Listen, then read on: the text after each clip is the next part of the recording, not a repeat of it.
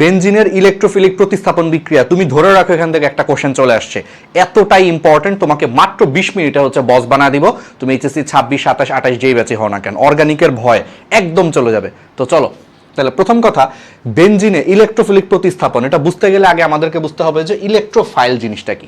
Electro শব্দের মানে electron, file মানে আকর্ষণ করা, অর্থাৎ যারা ইলেকট্রনকে আকর্ষণ করে বা যাদের ইলেকট্রনের প্রতি আকর্ষণ আছে তাদেরকে ইলেকট্রোফাইল বলা হয়। এবং সেই ইলেকট্রোফাইল যদি বেনজিনের হাইড্রোজেনকে সরিয়ে সেই জায়গায় বসে, এটাকেই তোমার বলে ইলেকট্রোফিলিক প্রতিস্থাপন। প্রতিস্থাপন বা সাবস্টিটিউশন মানে কি, ওই যে ফুটবল খেলা একজনকে সরায় হচ্ছে আরেকজন প্লেয়ার নামে, সাবস্টিটিউশন বা প্রতিস্থাপন। তার মানে কোনো একটা ইলেকট্রোফাইল অর্থাৎ যার ইলেকট্রনের প্রতি আকর্ষণ আছে এরকম কেউ বেনজিনের হাইড্রোজেনকে সরিয়ে সেই জায়গাটায় বসলে এটাকে বলে ইলেকট্রোফিলিক প্রতিস্থাপন বিক্রিয়া। তাহলে সেটা কেমনে হয় আমরা এই ভিডিওতে শিখবো, মাত্র 20 মিনিটে তুমি তোমার বন্ধু বান্ধবদের পড়াইতে পারবে ইনশাল্লাহ। প্রথমে চলে আসা হচ্ছে হ্যালোজিনেশন। আচ্ছা, বিক্রিয়াটা খুব সিম্পল, যেখানে একটা প্রভাবক থাকবে, ঠিক আছে, বা হ্যালোজেন বাহক থাকবে, যেমন শুষ্ক অ্যালুমিনিয়াম ক্লোরাইড। তাহলে শুষ্ক অ্যালুমিনিয়াম ক্লোরাইড প্রভাবকের উপস্থিতিতে তুমি বিক্রিয়াটা দেখো যে বেনজিনের সাথে যখন ক্লোরিনের বিক্রিয়া হয়, আমরা জানি যে বেনজিনের প্রত্যেকটা কার্বনের সাথে একটা করে হাইড্রোজেন আছে, তো একটা হাইড্রোজেনকে হচ্ছে সরিয়ে সেই জায়গায় হচ্ছে একটা ক্লোরিন বসবে। তাহলে একটা হাইড্রোজেনকে সরিয়ে সেই জায়গায় ক্লোরিন বসে, এটাকে বলা হয় ক্লোরোবেনজিন। আর যে হাইড্রোজেনটাকে সরায়া দিছে সেই হাইড্রোজেনটা আরেকটা ক্লোরিনের সাথে যুক্ত হবে, এখানে Cl2 মানে দুইটা ক্লোরিন আছে, তো একটা ক্লোরিন হচ্ছে একটা হাইড্রোজেনকে সরায় সেই জায়গায় বসছে, অর্থাৎ ক্লোরোবেনজিন হয়ে গেছে। আর আরেকটা হাইড্রোজেন হচ্ছে আরেকটা ক্লোরিনের সাথে মিলে HCl তৈরি করবে, যেখানে শুষ্ক অ্যালুমিনিয়াম ক্লোরাইড টাইপের হচ্ছে তোমার প্রভাবক থাকবে। বিক্রিয়াটা তো বুঝতে পারছো, আমি আবারও বলছি এটার মেকানিজমটা দেখাবো, ক্রিয়া কৌশল দেখাবো, পরীক্ষায় মেকানিজম সহ আসে। তো চলো আমরা তাহলে সেই জিনিসটা হচ্ছে কেমনে দেখবো, জাস্ট তোমাকে বেসিক জিনিসটা দেখাইলাম। এবার আসো তাহলে এই যে ক্লোরিনেশন বিক্রিয়া, আমরা মাত্র যে বিক্রিয়াটা দেখাইলাম, তাহলে সেই বিক্রিয়াটা কিভাবে হয় চলো এটা আমরা একটু দেখে ফেলি। তো প্রথম জিনিসটা হচ্ছে এখানে এই যে তোমার শুষ্ক বা অনাদ্র অ্যালুমিনিয়াম ক্লোরাইড আমরা যে ব্যবহার করতেছি, তোমরা কি জানো যে অ্যালুমিনিয়াম ক্লোরাইডের কিন্তু অষ্টক অপূর্ণ, অর্থাৎ অ্যালুমিনিয়ামের শেষ কক্ষপথে সে যৌগ তৈরি করে ফেলার পরও 8টা ইলেকট্রন পূর্ণ হয় নাই, তার ঘর ফাঁকা আছে।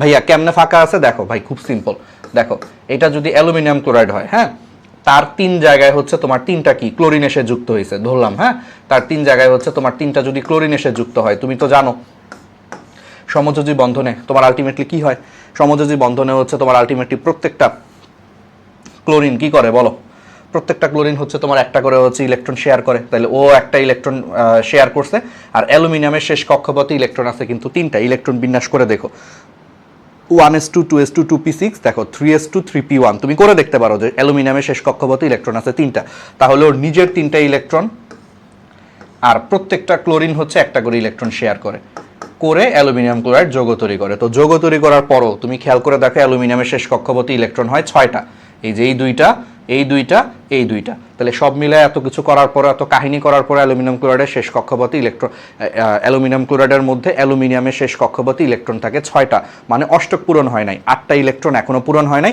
তার মানে ঘর ফাঁকা আছে। ঘর ফাঁকা থাকার কারণে সে চাইলে আরও 2টা ইলেকট্রন বা এক জোড়া ইলেকট্রনকে গ্রহণ করতে পারে, এটা মাথায় রাখো। তার মানে সে চাইলে আরও এক জোড়া ইলেকট্রনকে গ্রহণ করতে পারে। আর আমরা একটা মতবাদ পড়ছি, লুইস মতবাদ, তাহলে লুইস মতবাদ অনুযায়ী যারা মুক্তজোড় ইলেকট্রন গ্রহণ করতে পারে তাদেরকে লুইস অ্যাসিড বলে।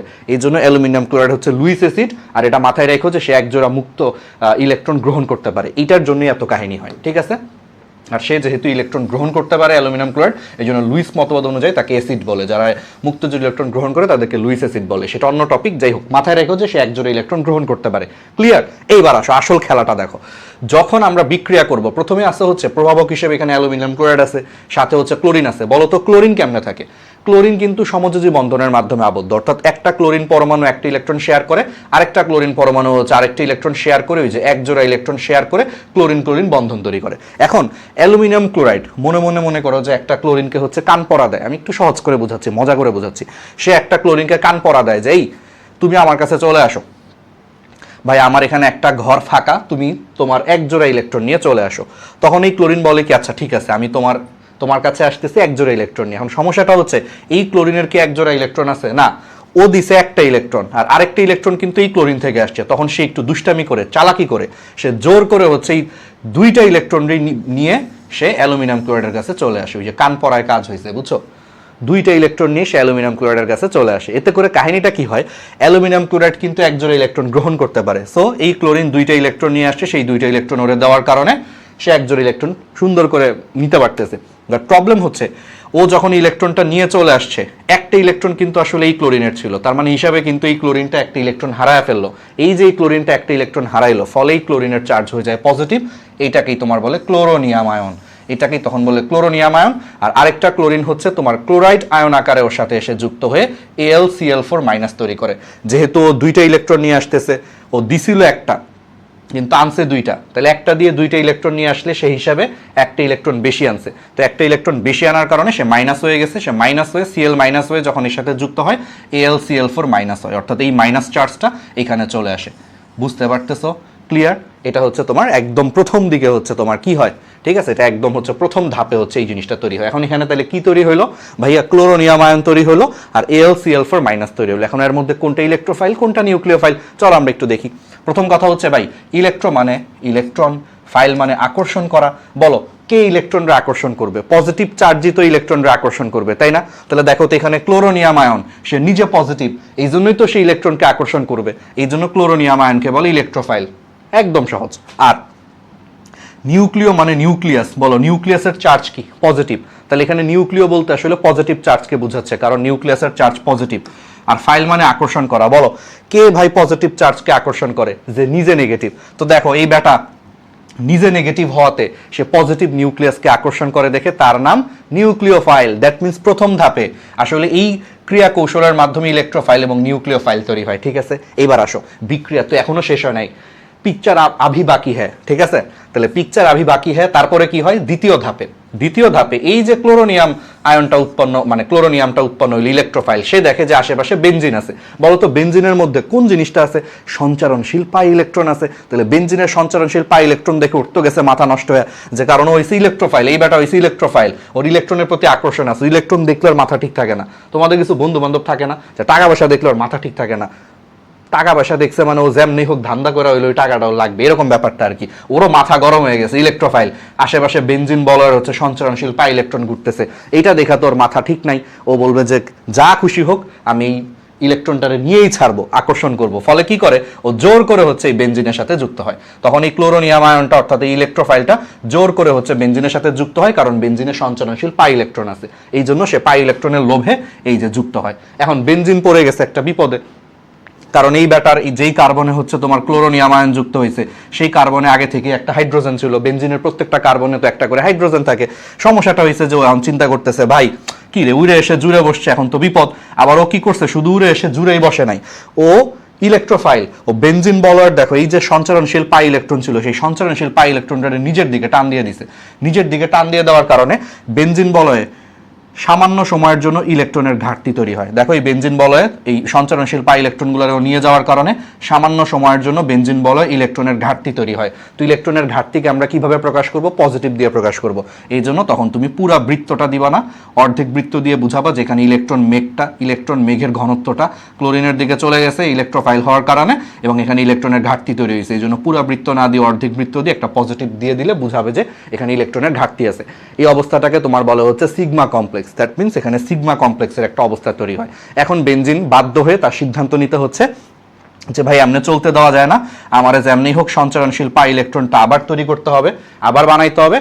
আমি তো ক্লোরিনের সাথে মারামারি করে পারতেছি না, তাহলে এখন কি করব? দুর্বলের উপরে অত্যাচার করতে হবে। অর্থাৎ সে হাইড্রোজেনের সাথে যে বন্ধনে আবদ্ধ ছিল, এখানেও তো ইলেকট্রন আছে, এই কার্বন হাইড্রোজেন ইলেকট্রন আছে, সেই কার্বন হাইড্রোজেন ইলেকট্রনের সব ইলেকট্রনের বেনজিন তখন নিজের দিকে নিয়ে আসে। কিছু করার নাই, ওর এটা তো পূরণ করতে হবে। সো এই কার্বন হাইড্রোজেন বন্ধনের সব ইলেকট্রনগুলা, এই বন্ধন ইলেকট্রনগুলারে যদি এখানে নিয়ে আসে, তখন তার এই যে আবার সঞ্চারণশীল পাই ইলেকট্রনের ঘাটতি পূরণ হয়ে যায়। বাট সমস্যাটা হচ্ছে কার্বন হাইড্রোজেন বন্ধনের ইলেকট্রনগুলো যদি এখানে চলে আসে, তাহলে এই কার্বন এবং এই হাইড্রোজেনের মধ্যে বন্ধন ভেঙে যায়, কারণ এখানে কোনো ইলেকট্রনই নেই, ইলেকট্রন ছাড়া তো কোনো বন্ধন তৈরি হবে না। তাহলে সমস্ত ইলেকট্রন যদি এখন এই দিকে নিয়ে আসে, তাহলে এই কার্বন হাইড্রোজেন বন্ধন ভেঙে যায়, এই হাইড্রোজেন বেচারা আলাদা হয়ে যায় H+ আকারে। কেন সে H+ আকার আলাদা হয়ে যায়? কারণ ওর সব ইলেকট্রনগুলারে জোর করে নিয়ে আসছে এখানে, এনে ও সঞ্চারণশীল পাই ইলেকট্রন পূর্ণ করছে, ফলে ওর সব ইলেকট্রন নিয়ে আসার কারণে H+ আকারে মনের দুঃখে চলে যায়। যখন H+ আকারে চলে যায়, তখন ওরে আবার AlCl4- হচ্ছে ডাক দেয় যে ওহে বন্ধু, তুমি পজিটিভ, তুমি H+ আর আমি নেগেটিভ, চলো আমরা দুজনে মিলে করি সুখের সংসার, ঠিক আছে? পরে H+ আর এই যে এখানে একটা Cl মাইনাস ছিল, সেই H প্লাস Cl মাইনাস মিলে যে Cl তৈরি হয়ে যায়, আর এখান থেকে Cl মাইনাসটা H প্লাসের সাথে যুক্ত হয়ে Cl তৈরি করে, আর এখান থেকে Cl মাইনাস চলে গেলে এটা আবার AlCl3 হয়ে যায়, এটা আবার AlCl3 হয়ে যায়। আর এই যে ওরও পূরণ হয়ে গেল, ওরও হচ্ছে পাই ইলেকট্রন সঞ্চরণশীল পাই ইলেকট্রন পূরণ হয়ে গেল, আর ক্লোরিন তো যুক্তই চলে, এইভাবে বেনজিন থেকে ক্লোরোবেনজিন উৎপন্ন হয়। দেখছো কিছু হইলো?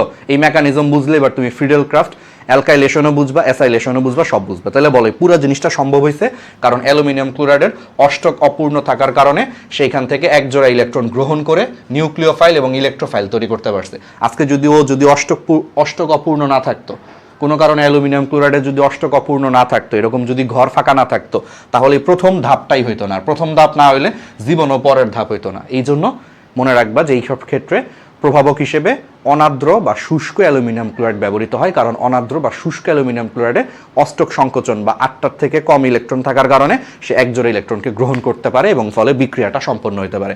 বুঝছো? এই জন্য এটা খুবই গুরুত্বপূর্ণ। এটাও মাঝে মাঝে পরীক্ষায় আসে যে কেন এখানে অনার্দ্র অ্যালুমিনিয়াম ক্লোরাইড ব্যবহৃত হয়। বুঝছো?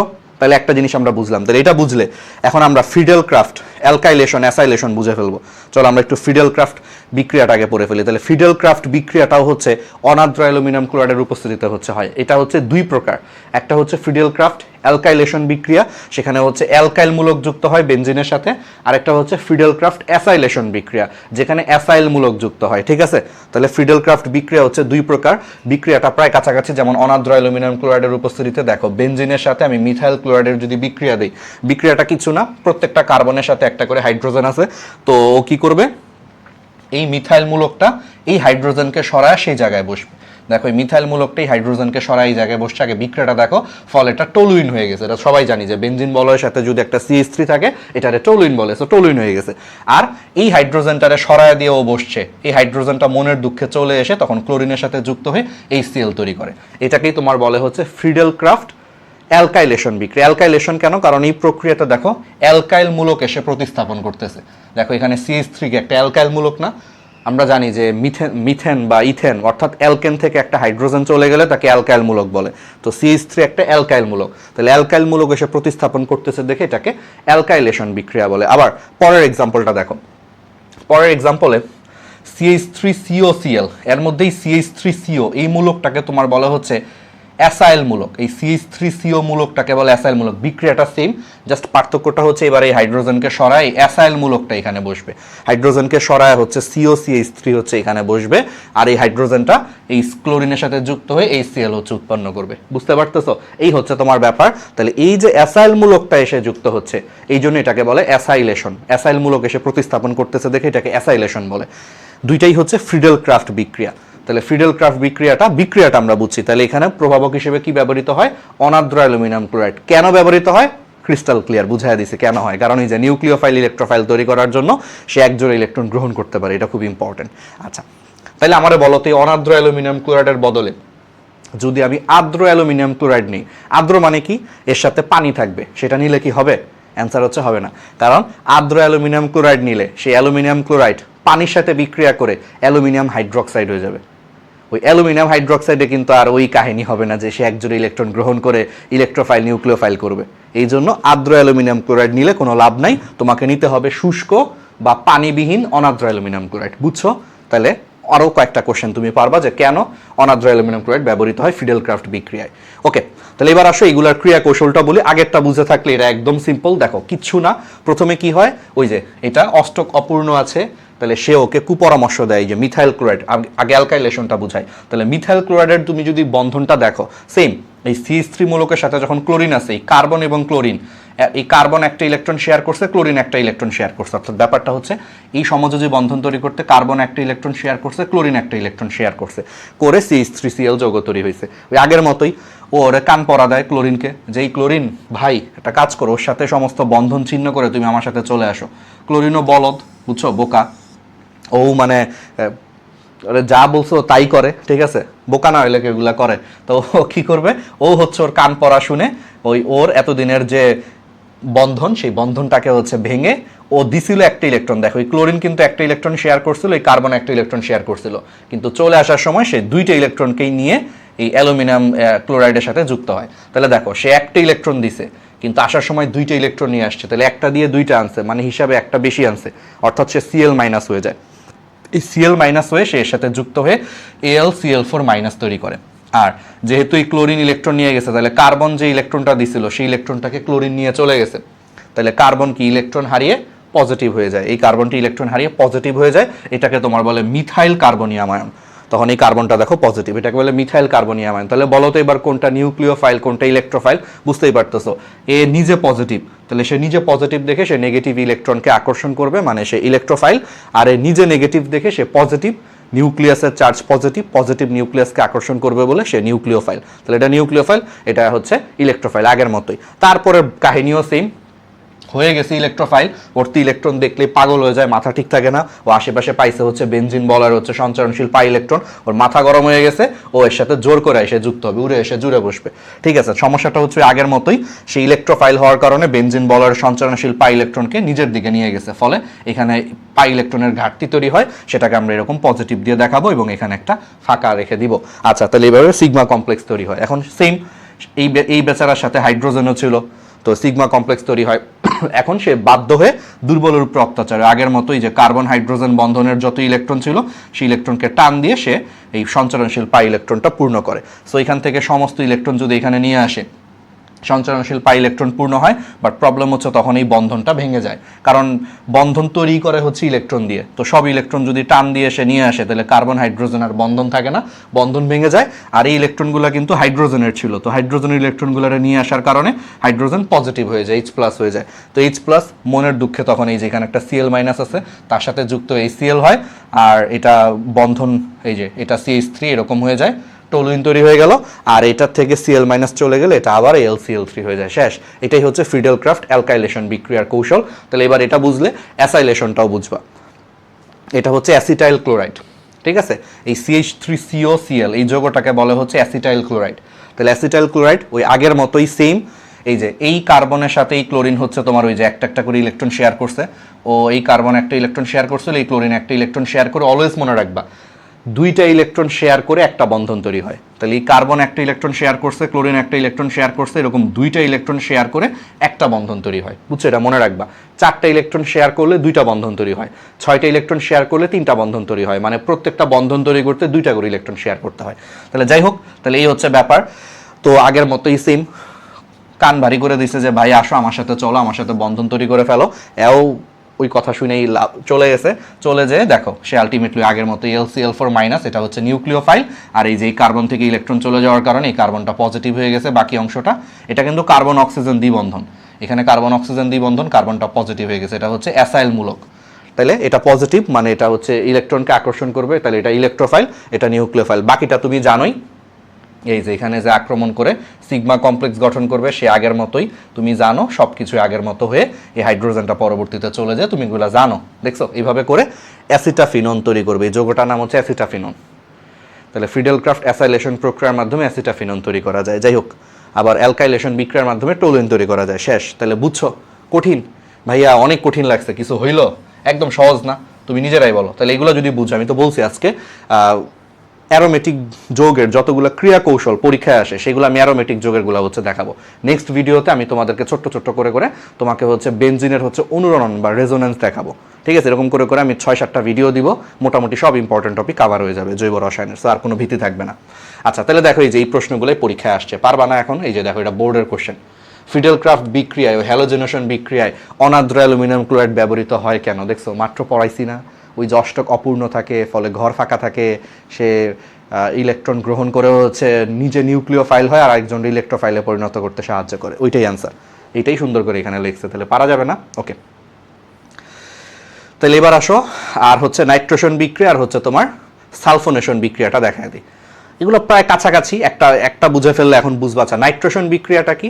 যে 60 ডিগ্রি সেলসিয়াস তাপমাত্রায় গাঢ় সালফিউরিক অ্যাসিড এবং গাঢ় নাইট্রিক অ্যাসিডের মিশ্রণের সাথে যদি বেনজিনকে বিক্রিয়া করো, তাহলে নাইট্রিক অ্যাসিড থেকে হচ্ছে নাইট্রোমূলক অর্থাৎ NO2 বের হয়ে বেনজিনের একটা হাইড্রোজেনকে সরায় সেই জায়গায় বসে নাইট্রোবেনজিন উৎপন্ন করে, ঠিক আছে? নাইট্রোমূলক। তাহলে নাইট্রোমূলকে কি কি, নাইট্রেশন বিক্রিয়াতে কি কি জিনিস থাকবে? গাঢ় সালফিউরিক অ্যাসিড থাকবে, নাইট্রিক অ্যাসিড থাকবে, 60 ডিগ্রি সেলসিয়াস তাপমাত্রা থাকবে, আর বেনজিন থাকবে। তাহলে ব্যাপারটা কেমনে হয় দেখো, 60°C তাপমাত্রায় গাঢ় সালফিউরিক অ্যাসিড থাকলে এই সালফিউরিক অ্যাসিডের উপস্থিতিতে এই নাইট্রিক অ্যাসিড হচ্ছে ভেঙে যায়। এখন দেখো নাইট্রিক অ্যাসিডের সংকেত হচ্ছে HNO3, তোমরা সবাই জানো না। আজকের থেকে আমি একটা কাজ করবে, HNO3 কে আমি যদি এমনি লিখি OH NO2, বলো রাহাত ভাই আপনি অনেক বড় পাপ করছেন, আমি কি অনেক বড় পাপ করে ফেলছি? একই কথাই তো। দেখো OH NO2 আকারে লিখলে দেখো এই যে H, দেখো H, আর দেখো এই যে অক্সিজেন একটা, এখানে দুইটা, তাহলে সব মিলে 3টা HNO3। দেখো আমি কিন্তু HNO3 লিখছি। দেখো একটা হাইড্রোজেন, 3টা অক্সিজেন, একটা নাইট্রোজেন, HNO3, জাস্ট খালি এটারে এমনে লিখছি যে OH NO2 এমনে করে লিখছি। তাহলে দেখো, তাহলে জিনিসটাকে যদি আমরা OH NO2 এইভাবে যদি লিখি কোনো সমস্যা আছে? একই কথা, কিন্তু এটা লিখলে সুবিধাটা হচ্ছে বুঝতে ইজি হয়। তাহলে বিক্রিয়াটা এমনি মনে রাখবা যে এখানে প্রত্যেকটা কার্বনের সাথে একটা হাইড্রোজেন ছিল, তো যে কোনো একটা হাইড্রোজেনকে সরায় এখানে নাইট্রোমূলকটা যুক্ত হয়ে নাইট্রোবেনজেন উৎপন্ন হবে, আর যে হাইড্রোজেনকে সরায় দিছে সেই হাইড্রোজেনটা পরবর্তীতে OH এর সাথে যুক্ত হবে, OH মিলে H2O তৈরি করবে, ঠিক আছে, পানি তৈরি হবে। এটা হচ্ছে বিক্রিয়া। তাহলে এবার আসো বিক্রিয়াটা কেমনে হয়, কৌশল, ক্রিয়া কৌশল। পরীক্ষায় তো কেমনে হয় এটাই আসবে পরীক্ষায়, ঠিক আছে। তো আসো সিম্পল, তাহলে এটা হচ্ছে ইলেকট্রোফিলিক প্রতিস্থাপন, বুঝতেই পারতেছো। তো প্রথমে কি হয় দেখো, প্রথম ধাপে ঠিক আছে তোমার হচ্ছে ইলেকট্রোফাইল আর নিউক্লিওফাইল হচ্ছে তোমার উৎপন্ন হয়। এখন কেমনে উৎপন্ন হবে দেখো, খুব সিম্পল। এই যে সালফিউরিক অ্যাসিড, গাঢ় সালফিউরিক অ্যাসিডটা ভেঙে যাবে। এই গাঢ় সালফিউরিক অ্যাসিড ভেঙে এখান থেকে হচ্ছে তোমার H+ আর HSO4- আলাদা হয়ে যায়। গাঢ় সালফিউরিক অ্যাসিড ভেঙে এখান থেকে হচ্ছে H+ আর হচ্ছে তোমার HSO4- এটা আলাদা হয়ে যায়। তো এই যে H+, এই H+ এর সাথে এই যে এখান থেকে তোমার চলে আসে হচ্ছে তোমার OH, ঠিক আছে, OH আর H+ মিলে হচ্ছে H2O, পানি উৎপন্ন করে ফেলে, ঠিক আছে। আর HSO4- আলাদা হয়ে গেল, আর এখান থেকে OH, মানে এখান থেকে OH- চলে আসে, এখান থেকে এটা ভেঙে যায়, এখান থেকে ভেঙে যায়, ঠিক আছে, এখান থেকে হচ্ছে তোমার ভেঙে যায় হচ্ছে তোমার OH- আলাদা হয়ে যায়। কারণ কেন বলো তো? কারণ অক্সিজেনের তড়িৎ ঋণাত্মকতা হচ্ছে একটু বেশি, বুঝতেই পারতেছো। অক্সিজেনের তড়িৎ ঋণাত্মকতা হচ্ছে 3.5, নাইট্রোজেনের হচ্ছে তোমার 3। তাহলে অক্সিজেনের তড়িৎ ঋণাত্মকতা বেশি হওয়ার কারণে সে কি করে, এই যে এখানে যে বন্ধন আছে সেই বন্ধন থেকে তোমার যে দুইটা ইলেকট্রন শেয়ার হয় সেই শেয়ারকৃত ইলেকট্রনগুলোকে সে নিয়ে চলে আসে। তাহলে অক্সিজেন একটা ইলেকট্রন শেয়ার করে আনার সময় দুইটা ইলেকট্রন নিয়ে আসে, তাহলে একটা দিয়ে দুইটা আনসার মানে নেগেটিভ হয়ে যায়, অর্থাৎ OH- আকারে চলে আসে, ঠিক আছে, সহজ কথায় যদি বলি। তাহলে এটা OH- আকারে চলে আসে আর এটা প্লাস হয়ে যায়। তাহলে এটা যদি OH- আকারে চলে আসে, ওর ইলেকট্রন নিয়ে আসছে, নাইট্রোজেনের ইলেকট্রনটা নিয়ে আসছে, ফলে এটা প্লাস হয়ে যায়, অর্থাৎ এটা NO2+ এরকম একটা হয়ে যায়, ঠিক আছে। আর এটা OH- আকারে আসে, সেই OH- H+ মিলে H2O তৈরি করে, H+ OH- মিলে H2O, আর এটা এই যে HSO4-। তাহলে এবার বুঝতেই পারতেছো HSO4- সে নিজে নেগেটিভ, এই জন্য সে পজিটিভ নিউক্লিয়াসকে আকর্ষণ করে, এই জন্য সে নিউক্লিওফাইল, ফাইল মানে আকর্ষণ করে যে, আর ও নিজে পজিটিভ, এই জন্য সে নেগেটিভ ইলেকট্রনকে আকর্ষণ করে, এই জন্য সে ইলেকট্রোফাইল হিসেবে কাজ করে। এরপরে তো বাকিটা তুমি জানোই আগের মতোই, ইলেকট্রোফাইল, ওর ভাই ইলেকট্রন দেখলে মাথা ঠিক থাকে না, সো আশেপাশে পাইছে হচ্ছে বেনজিন বলের সঞ্চরণশীল পাই ইলেকট্রন, এটার এসে আক্রমণ করে আগের মতোই যে সিগমা কমপ্লেক্স তৈরি করে, পরবর্তীতে এসে আগের মতোই এটারে বাঁচানোর জন্য তখন জোর করে হচ্ছে কার্বন হাইড্রোজেনের ইলেকট্রনগুলারে বেনজিন বলয় হচ্ছে নিজের দিকে টেনে নিয়ে এসে সঞ্চরণশীল পাই ইলেকট্রনটাকে এসে পূর্ণ করে, আর এই কার্বন হাইড্রোজেনের ইলেকট্রনগুলোকে নিজের দিকে নিয়ে আসার কারণে এই বন্ধনটা ভেঙে যায়, অর্থাৎ এখানে কোনো ইলেকট্রন থাকে না, ফলে এই বন্ধনটা ভেঙে যায়।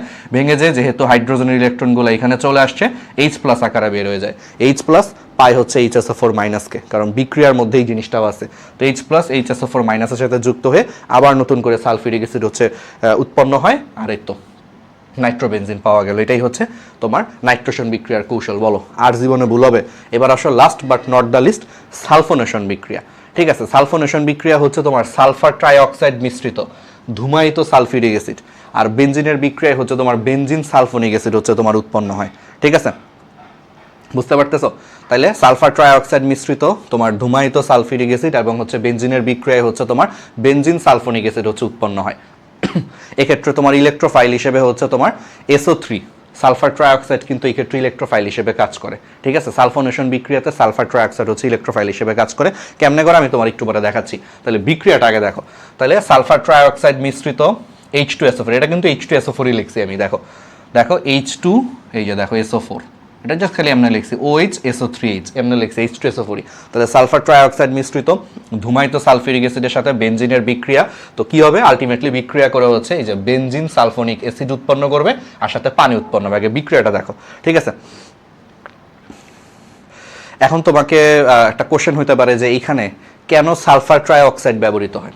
এখানে ব্যবহৃত হয় এই কারণে, দেখো এই বিক্রিয়ার লাস্টে তোমার পানি উৎপন্ন হয়, তাহলে এই যে বিক্রিয়ার লাস্টে তোমার পানি উৎপন্ন হয়, সেই পানির সাথে এই সালফার ট্রাইঅক্সাইড হচ্ছে বিক্রিয়া করে সালফিউরিক অ্যাসিড উৎপাদন করে বিক্রিয়াটাকে হচ্ছে লা-শাতেলের নীতি অনুযায়ী বিক্রিয়াটাকে হচ্ছে সামনের দিকে অগ্রসর হতে সাহায্য করে। যে তোমরা লা-শাতেলের নীতি পড়ছো না, এটাই। তাহলে বুঝছো, তাহলে এই বিক্রিয়াতে যেহেতু লাস্টে পানি উৎপন্ন হয়, তো এখানে সালফার ট্রাইঅক্সাইড ব্যবহার করলে সেই পানির সাথে H2O প্লাস SO3 বিক্রিয়া করে কি হবে দেখো, H2SO4 হয়ে যাবে। এই যে এখানে 3টা অক্সিজেন, এখানে একটা অক্সিজেন, তাহলে H2SO4 সালফিউরিক অ্যাসিড তৈরি হয়ে সাম্যাবস্থানটা হচ্ছে ডান দিকে চলে যায়, অর্থাৎ বিক্রিয়াটা হচ্ছে সম্মুখ দিকে হচ্ছে অগ্রসর হয়, অর্থাৎ বিক্রিয়ক থেকে উৎপাদ হয়। বুঝছো, এই জন্য এখানে সালফার ট্রাইঅক্সাইড ব্যবহৃত, এটা খ নম্বরে আসতে পারে। হাইস্ট হইলে এই জিনিসটা একটু লিখে দিবা। আচ্ছা, এবার আসো এটার বিক্রিয়ার কৌশল। তো বিক্রিয়ার কৌশলে হচ্ছে প্রথমে এখানে যে সালফিউরিক অ্যাসিড আমরা ব্যবহার করি, এরকম 2 অণু সালফিউরিক অ্যাসিড থাকে। হ্যাঁ, সালফিউরিক অ্যাসিড তো আমি কোটি কোটি সালফিউরিক অ্যাসিড অণু আছে এখানে, তাই না? তুমি সালফিউরিক অ্যাসিড যেহেতু ব্যবহার করতেছো, তাহলে এখানে অনেকগুলো সালফিউরিক অ্যাসিডের অণু আছে। তো এরকম 2টা সালফিউরিক অ্যাসিডের অণু নিজেদের মধ্যে হচ্ছে বিক্রিয়া করে ফার্স্টে নিউক্লিওফাইল এবং ইলেকট্রোফাইল হিসেবে সালফার ট্রাইঅক্সাইড উৎপন্ন করে। কেমনে করে দেখো, একটা সালফিউরিক অ্যাসিড থেকে হচ্ছে তোমার, বুঝতেই পারতেছো, একটা সালফিউরিক অ্যাসিড থেকে হচ্ছে তোমার বিক্রিয়া করে তুমি বুঝতেই পারতেছো যে এখান থেকে একটা হচ্ছে HSO4 মাইনাস আসে। HSO4 মাইনাস অর্থাৎ একটা সালফিউরিক অ্যাসিড হচ্ছে তোমার ভেঙে যে H প্লাস আর হচ্ছে HSO4 মাইনাস আসে, ঠিক আছে? আচ্ছা, তো এর মধ্যে HSO4 মাইনাসটা হচ্ছে নিউক্লিওফাইল হিসেবে কাজ করে, বুঝতেই পারতেছো। আর যে H প্লাসটা, সেই H প্লাসটা আরেক অণু যে সালফিউরিক অ্যাসিড আছে, সে আরেক অণু সালফিউরিক অ্যাসিডের H2O এর সাথে যুক্ত হয়। দেখো এভাবে ভেঙে লিখছি, তুমি দেখতে ইজি হবে। দেখো দেখো এই H মিলে কি বলো তো, H2O। তাহলে এইটুকু মানে হচ্ছে H2O। দেখো জাস্ট সিম্পলি চিন্তা করো, এইটুকু মানে হচ্ছে H2O, সেই H2O এর সাথে আরেকটা H প্লাস যুক্ত হয়ে H3O প্লাস তৈরি হয়ে যায়, H3O প্লাস তৈরি হয়ে যায়, হাইড্রোনিয়াম আয়ন তৈরি হয়ে যায়, ঠিক আছে? ওকে, হইল। আর সাথে তাহলে দেখো OH চলে গেছে, তার সাথে H প্লাস যুক্ত হয়ে H3O প্লাস তৈরি হয়েছে, তাহলে বাকি কি থাকে, SO3 অর্থাৎ সালফার ট্রাইঅক্সাইড হচ্ছে বাকি থাকে। এখানে সালফার ট্রাইঅক্সাইডটা হচ্ছে ইলেকট্রোফাইল হিসেবে কাজ করে। এখন তোমার মাথায় একটা কোশ্চেন আসতে পারে, ভাই ও যদি ইলেকট্রোফাইল হয় কেন ওটা পজিটিভ চার্জ না? দেখো সালফার ট্রাইঅক্সাইড কিন্তু একটা যৌগ। তোমার মনে হতে পারে যে ভাই ইলেকট্রোফাইল হলে তোর একটা পজিটিভ চার্জ থাকার কথা, কিন্তু এখানে তো সে একটা যৌগ, তাহলে সে কেমনি ইলেকট্রনকে আকর্ষণ করে? ইলেকট্রোফাইল মানে যে ইলেকট্রনকে আকর্ষণ করে, কেমনে করে চলো দেখাই। তাহলে বুঝছো, তাহলে নিউক্লিওফাইল আর এটা ইলেকট্রোফাইল হিসেবে কাজ করে। এখন তোমার কোশ্চেন হচ্ছে সালফার ট্রাইঅক্সাইড কেমনে ইলেকট্রোফাইল হিসেবে কাজ করে, তাই তো? আচ্ছা, খুব সিম্পল। দেখো সালফার ট্রাইঅক্সাইডের যদি আমরা গঠনটা দেখি, সালফার ট্রাইঅক্সাইডের গঠনটা হচ্ছে এরকম থাকে, ঠিক আছে? এরকম একটা গঠন থাকে। এখন এরকম একটা গঠনের মধ্যে SO3 সালফারের সাথে হচ্ছে 3টা অক্সিজেন হচ্ছে দ্বিবন্ধনের মাধ্যমে যুক্ত থাকে। এখানে সালফারের যোজনী হচ্ছে 6, সালফারের সর্বোচ্চ যোজনী হচ্ছে 6, সেটাই এখানে দেখা যায় যে এখানে হচ্ছে তোমার সালফারের সাথে হচ্ছে 3টা দ্বিবন্ধনের মাধ্যমে 3টা অক্সিজেন যুক্ত থাকে। এখন এখানে আসল কাহিনী বাস্তবতাকে, আসল বাস্তবতা হচ্ছে সালফার ট্রাইঅক্সাইডে আমরা জানি যে সালফারের হচ্ছে তোমার তড়িৎ-ঋণাত্মকতার মান হচ্ছে 2.5, ঠিক আছে? আর অক্সিজেনের তড়িৎ-ঋণাত্মকতার মান হচ্ছে 3.5। তাহলে বলো তো, অক্সিজেনের তড়িৎ-ঋণাত্মকতা বেশি হওয়ার কারণে আমরা কি জানি, যার তড়িৎ-ঋণাত্মকতা বেশি সমযোজী বন্ধনের ইলেকট্রনগুলো তার দিকে বেশি চলে যাবে। সো দেখা যায় কি যে এই অক্সিজেনের তড়িৎ-ঋণাত্মকতা ওর থেকে বেশি হওয়ার কারণে এই যে পাই বন্ধনের যে ইলেকট্রনগুলো আছে, আমরা তো জানি যে প্রত্যেকটা বন্ধন তৈরি করতে 2টা করে ইলেকট্রন শেয়ার করতে হয়। তাহলে এখানে যে সিগমা বন্ধন আর একটা পাই বন্ধন আছে, সেই পাই বন্ধনের ইলেকট্রনগুলো অক্সিজেনের দিকে বেশি চলে আসে। তো এখানে পাই বন্ধনের ইলেকট্রনগুলো যদি অক্সিজেনের দিকে বেশি চলে আসে, তুমি এটা এমনও লিখতে পারবা। তাহলে এখানে ইলেকট্রনগুলো বেশি অক্সিজেনের দিকে চলে আসলে অক্সিজেন হচ্ছে আংশিক ঋণাত্মক হয়ে যায়, আর সালফারের ইলেকট্রনগুলো অক্সিজেনের দিকে চলে আসার কারণে সালফার ইলেকট্রন হারিয়ে আংশিক পজিটিভ হয়ে যায়। আর এখানে পাই বন্ধনটা এইভাবেও তুমি লিখতে পারো যে পাই বন্ধনের ইলেকট্রনগুলো সব অক্সিজেনের দিকে চলে এসে অক্সিজেন আংশিক ঋণাত্মক আর সালফার হচ্ছে আংশিক ধনাত্মক হয়ে গেছে। আর পাই বন্ধনের ইলেকট্রনগুলো চলে আসছে, ঠিক আছে? বুঝতেই পারতেছো। সেমভাবে এই অক্সিজেনটাও, এটাও তো 3.5, তাহলে এখানেও সেম হয় যে ইলেকট্রনগুলো পাই বন্ধনের ইলেকট্রনগুলো হচ্ছে ওর দিকে চলে আসার কারণে অক্সিজেন হচ্ছে আংশিক নেগেটিভ, এই সালফার হচ্ছে আংশিক পজিটিভ হয়ে যায়। আর পাই বন্ধনের ইলেকট্রনগুলো চলে আসার কারণে এখানে আর আমার পাই বন্ধন দেখানোর দরকার নাই, আমি শুধু এখানে সিগমা বন্ধন দেখাইছি আর পাই বন্ধন আর দেখাই নাই। এটাও হইতে পারে, অথবা হইতে পারে যে ভাই এটা আর এটা নিয়ে গেছে, এটা দ্বিবন্ধন আকারে আছে, মানে জাস্ট দেখাচ্ছি যে কি হইতে পারে। যে আমি প্রথমে ধরে নিচ্ছি যে হয় এই অক্সিজেন ঋণাত্মক, এটা পজিটিভ, অথবা এভাবে হইতে পারে এই অক্সিজেন আংশিক ঋণাত্মক, এই অক্সিজেন আংশিক ঋণাত্মক, সালফার হচ্ছে পজিটিভ, এটা ঠিক আছে। অথবা এমন হইতে পারে যে এইটা ঋণাত্মক, এই অক্সিজেনটা হচ্ছে ঠিক আছে। মানে একই সাথে হচ্ছে তোমার যে কোনো 2টা অক্সিজেন হচ্ছে তোমার এই ক্ষেত্রে ঋণাত্মক দেখাবা আর সালফার হচ্ছে পজিটিভ দেখাবা। এখন তুমি এটা জারে দেখাও, এই দুটাকে নেগেটিভ দেখা এটাকে পজিটিভ দেখাইতে পারো, বা এই দুটাকে নেগেটিভ দেখা এটাকে পজিটিভ দেখাইতে পারো, বা এই দুটাকে নেগেটিভ দেখা এটাকে পজিটিভ দেখাবা, আর একটা ঠিক রাখবা। বুঝছো? তাহলে সিম্পল। আর যখন পাই ইলেকট্রনগুলো ওই পাশে চলে গেছে তখন আর পাই বন্ধনটা দিও না, অর্থাৎ দ্বিবন্ধনটা আর দিও না, একক বন্ধন দিও। এই জন্য দেখো একক বন্ধন একক বন্ধন, একসাথে যে কোনো দুইটা দিও, তিনটাই কিন্তু একক বন্ধন বানায় দিও না, ঠিক আছে? বইয়ের মতো করে দিও, একসাথে যে কোনো দুইটা দিও, তুমি এখন যেটা দিবা। তাহলে এতে করে লাভটা হয়েছে দেখো, আলটিমেটলি সালফার ট্রাইঅক্সাইডে সালফার কিন্তু পজিটিভ হয়ে যায়, তো সে পজিটিভ, এই জন্য সে নেগেটিভ ইলেকট্রনকে আকর্ষণ করে, এই জন্য সালফার ট্রাইঅক্সাইড কিন্তু ইলেকট্রোফাইল হিসেবে কাজ করে। বুঝছো? কারণ সে নিজে পজিটিভ, এই জন্য সে নেগেটিভ ইলেকট্রনকে আকর্ষণ করবে, মানে সে ইলেকট্রোফাইল হিসেবে কাজ করে। তাহলে বুঝছো? এইভাবে দেখো, এটা একটু দেখাইলাম।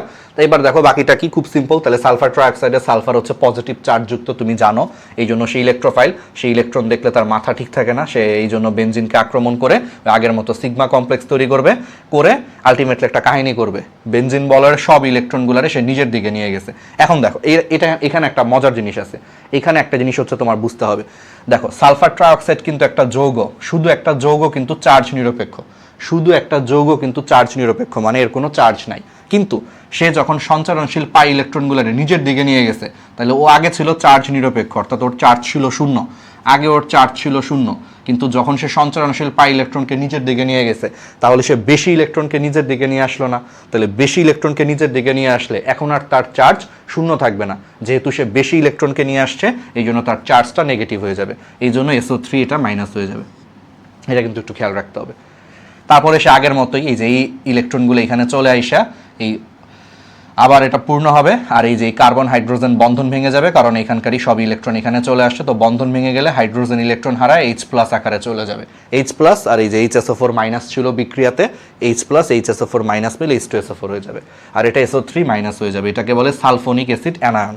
তো পরবর্তীতে সেই সালফোনিক অ্যাসিড অ্যানায়ন, মনে করে দেখো আমার কিন্তু বিক্রিয়াতে হচ্ছে হাইড্রোনিয়াম আয়ন ছিল, মনে করে দেখো আমার প্রথম ধাপে কিন্তু হাইড্রোনিয়াম আয়ন উৎপন্ন হয়েছিল, তো এই সালফোনিক অ্যাসিড অ্যানায়ন এটা মাইনাস, তাহলে এখান থেকে একটা H+ চলে আসবে, এখান থেকে একটা H+ চলে আসবে, H+, SO3 minus, plus minus মিলে একটা আরেকটাকে ব্যালেন্স করে ফেলবে, তাহলে SO3H, বুঝছো? হয়ে গেল। আর এই যে এখান থেকে H+ চলে আসার কারণে এটা আবার H2O হয়ে যাবে, শেষ। এই তো, এই হচ্ছে ব্যাপার। এবার তোমায় কোশ্চেন করতে পারো যে ভাই এখানে তো মাইনাস দিলাম, SO3 মাইনাস, আগের গুলাই কেন মাইনাস দিই নেই? একটা ভালো কোশ্চেন যে ভাই এখানে কেন মাইনাস দিই নেই, এখানে NO2 মাইনাস কেন দেয় নাই? খেয়াল করে দেখো, এখানে আগে থেকে কিন্তু একটা পজিটিভ চার্জ ছিল NO2+, সো একটা প্লাস চার্জ যুক্ত কেউ যদি ইলেকট্রনকে নিয়ে নেয়, সেই ইলেকট্রন আর প্লাস মিলে ব্যালেন্স হয়ে যায়, এই জন্য এগুলোতে আমরা মাইনাস দিই নাই। এই সেম কারণে দেখবা এখানেও, এই যে এখানেও আমরা মাইনাস দিই নাই, কেন? কারণ Cl+ ছিল, তো প্লাস যখন মাইনাসকে নেয়, ইলেকট্রনকে নেয়, তখন প্লাসে মাইনাসে মিলে ব্যালেন্স হয়ে যায়, এই জন্য আমরা এখানে কোনো চার্জ দেই নাই। কিন্তু সালফার ট্রাইঅক্সাইড কিন্তু প্লাস ছিল না, খেয়াল করে দেখো, সালফার ট্রাইঅক্সাইডের ভিতরে হ্যাঁ সালফারটা হয়তো বা নেগেটিভ থাকে, কিন্তু ওভারঅল যখন তুমি চিন্তা করবে, ওভারঅল সালফার ট্রাইঅক্সাইড একটা যৌগ, চার্জ নিরপেক্ষ, এই জন্য তার চার্জ ছিল 0, এই জন্য 0 যখন ইলেকট্রন গ্রহণ করে সে মাইনাস হয়ে যাবে, এটা কিন্তু একটু খেয়াল রাখবা, বুঝছো? শেষ। তাইলে দেখো ফ্রিডেলক্রাফট, অ্যালকাইলেশন, অ্যাসাইলেশন, ক্লোরিনেশন, তারপরে হচ্ছে নাইট্রেশন, সালফোনেশন, সব মেকানিজম সুন্দর করে বুঝাইছি, প্র্যাকটিস করবা, এর বাইরে থেকে কিছু আসবে না, এখান থেকে তোমার একটা সৃজনশীল, মনে করো যদি কপাল ভালো থাকে, সবচেয়ে রিপিটেড কোশ্চেন চলে আসতে পারে। সো আমাদের জন্য দোয়া করো, ক্রিস্টাল ক্লিয়ার হয়ে গেছে না? RTDS এইভাবেই দেশসেরা মেডিকেল প্ল্যাটফর্ম অনলাইনে তোমাদের সাথে আছে, আমাদের সাথে যুক্ত হয়ে যাও।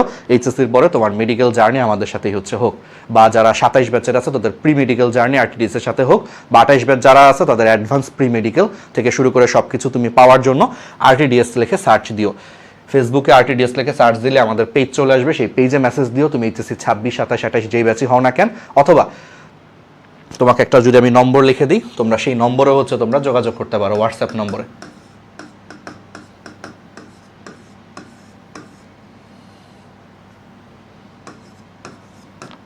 এই নম্বরেও তোমরা যোগাযোগ করতে পারো হোয়াটসঅ্যাপে, ঠিক আছে? অথবা তোমরা আমার পেজও মেসেজ দিতে পারো, ডক্টর মোহাম্মদ নাইমুল ইসলাম রাহাত, ঠিক আছে? তোমরা আমার পেজটা ফেসবুকে যে ডক্টর লেখে, ডক্টরের পর ডট দিয়ে মোহাম্মদ নাইমুল ইসলাম রাহাত, এটা হচ্ছে আমার পার্সোনাল পেজ। তাহলে RTDS পেজে মেসেজ দিতে পারো, অথবা এই হোয়াটসঅ্যাপে মেসেজ দিতে পারো, অথবা পার্সোনালি আমার পেজও মেসেজ দিতে পারো তোমরা, ঠিক আছে? ওকে, তাহলে আমাদের জন্য দোয়া করো, ক্রিস্টাল ক্লিয়ার হয়ে গেছে।